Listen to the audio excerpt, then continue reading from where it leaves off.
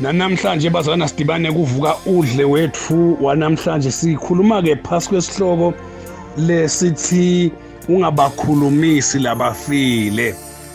Ngize ngikhumbula ngalenye ilanga ngisemsebenzini ngibutwa ngilamanye ama colleagues ami athi edludlu ubangelwa yini lokuthi uthi thina singabakhulumisi labafile. Kube Jesu ucobo lwakhe wakhulumisa Elijah na Moses bani bakadzeni kodwa yena aphindze athi thina singabakhulumisi labafile. Ithi ke lemphendvulo yami nangibaphendvula lalelani ke maja. Siqale nga-Elijah. Elijah zange afe, akazange akubone. Wakhushulwa ngencola yemlilo, walandwa ngencola yemlilo, chariot of fire, yamthatha yamikisa ezulwini akunomtimba lo labevele asemhlabeni. So ungambali njengemuntu lo wafa. Ngibuye kuMoses. Moses wafa kuliciniso futhi ithi iBhayibheli wangcwatshwa, but uNkulunkulu wathumela ingilosi yakhe leMikhayeli uthi imlanze imikise ezulwini. Noma asalwa ke Sathane babanga na Mikhayeli babanga lo mtimba waMoses, but wamthatha Mikhayeli. Lo ngikusho ukutholakala kuJuda 1 verse number 9. Utothola lapho Juda useceleni kwesambulo. But bobangithula abantu bakuNkulunkulu ababalelwa njengebantu labafile. Lokuthi nakeda Jesu emhlabeni wabashiya khona le ekhaya. Sinike umbhalo ngekhulumisa labafile. Ngena ke manje kuDeuteronomy 18 kusukela verse 10 ngiya 11. Asengifunze. Akubethe emkhathini wenu loyawutholakala anikela ngendvodzana noma ngendvodzakati yakhe ngekuyecisa emlilweni.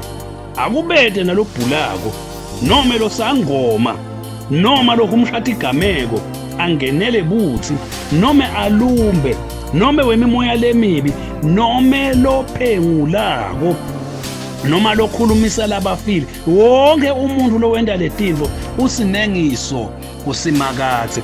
Ayengiphinze lokugcina.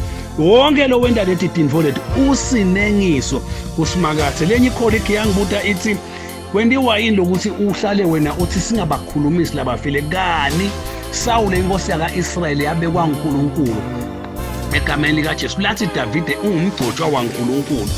Kwendiwa yini lokuthi yena waya esangomeni wathi asimvusele umprofeti Samuel nembala wavuka mbamba bakhulumisana. Ngithi ke mina ngiyasikhumbula leso story leso ku1 Samuel chapter 28 verse 3 kuya ku19. Sikhumbudiswa ngilo ukuthi le mistake la yenda Samuel yokhulumisa labafile yamlethele ama challenges wafa sikhathi singakefiki ngoba wasinakavusa lo moya waSamuel wakhuluma ligama lathi wena ke Sawule sasa uyafa. Uyathi uyofa sikhathi singashayi nekwekuthi uye wayowenda indvo lesinengiso kuNkulunkulu. Wamtshela ligama linye lelithi sasa wena Nkosi Sawula uyafa kusasa. Ngoba kuyendeka bazwane ufe sikhathi singakefiki. Ngiko lo kushiwo ngiJobe 22 nafunza verse 15 na 16 uthi labakhonda emadloti noma ke labaphambana naNkulunkulu bafa sikhathi sabo singakefiki. Labangamlalela ukhumbule lokwekuthi wathi ngiNkulunkulu onemona lo angifuni umuntu akhonde labanye boNkulunkulu ngapha. Ngiko ke lo bese kwenda lokuthi ufe sikhathi sakho singakefiki njenganange yaSawule. Nemagama la wakhuluma ku1 Chronicles 10:13 na 14 uthi noma ngabe ke bekune blessing labo uyinikwe uNkulunkulu akwebele yona akwabele yona leyo blessing leyo uthi lo Chronicles iyebese iyathathwa iphiwe lo munye nangabe wena wenda lo lokungalo. Umprofeti Isaiah ke nabazalwane nawufunza Isaiah 8 verse 9 uyamangala ubuthi asibani vele baphengulelana. Angiwafunzela amagama abazalwane njengoba awabekile uthi indlela ibutwelani kulabafile egameni lalabaphilako. Yini lalabaphilako bathembela abalabafile. Nalesikwendako mani bazalwane egameni likaJesu. Asesi ngibuke naku bazalwane ekuthenini bantu bagijima baya kulabafile nje labanye bafuna imandla. Labanye bafuna amandla ekuphumelela emabhizinisini, bafuna kuvikeleke etingodini, bafuna kuvikeleke ekuguleni, bafuna ukuthi iqinisa, abanye bafuna imilingo, labanye bafuna kuthakatha. Revelation 22:15. Labanye bafuna nje imandla ekuganga ekuthakatha. Bazalwane uNkulunkulu unemandla.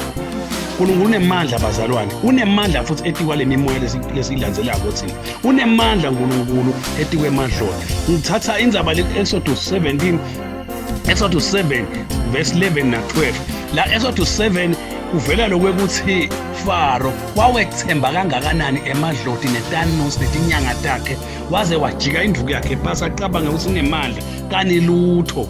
Moses wajika induku leya inemoya waNkulunkulu yadlala, kukhombisa lokwekuthi leya Moses nayidlala lethi taFaro tonke lokusho ukuthi uNkulunkulu unemandla ethi asiyeni kuNkulunkulu singayi emadlotini. Simakathe unemandla etikwe tangoma. Imisebenzi 16 verse 16 kuya ku-19 kwakunendvombadana lapho yayiphengula boPawula ihamba ibaphengula, yayikhuluma futhi liqiniso njengoba ngeke ngasho ekucaleni lokwekuthi akusho ukuthi ngoba singabakhona sibanemanga, kepha Pawula wenyanya lokwekuthi lo moya la usebenzisako umoya webungoma, noma asho ukuthi laba abantu baNkulunkulu ophakeme akhuluma iqiniso but wawukhipha loyo moya loyo.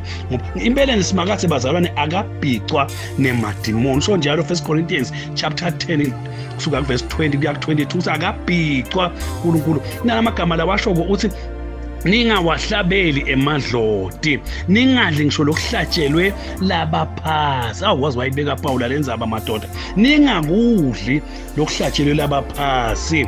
Asinakakhuluma Ezekiel 13 verse 18 athi ningahambe nigabatindwo nake mikholana ukhanza umntana uyakhola ugaba emabhengela ugaba ebuhlalo awumtholi kahle, uyakuyala Ezekiel uthi ningakwendi naloko, ningagabi nesinengiso kuNkulunkulu nangabe nenda njalo. Hawu bazalwane, egameni likaJesu ake ngime kwalamuhla, egameni likaJesu sibonane nakusasa. Amen.